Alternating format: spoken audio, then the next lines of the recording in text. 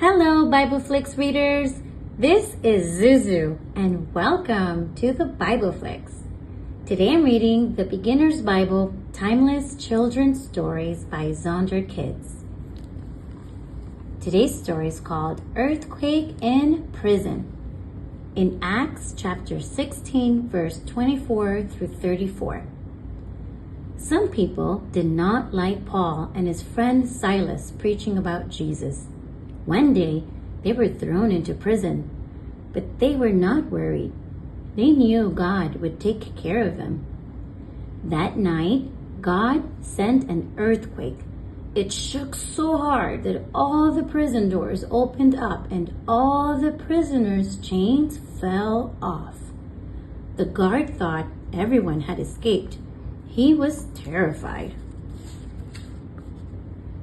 Paul told the guard, "Do not worry. We are still here." The guard was amazed. He invited the two men to his house. The guard and his family learned about Jesus and decided to follow him. The next day, Paul and Silas left to tell more people about Jesus. The end. Thank you for watching. Don't forget to click like and subscribe. See you next time.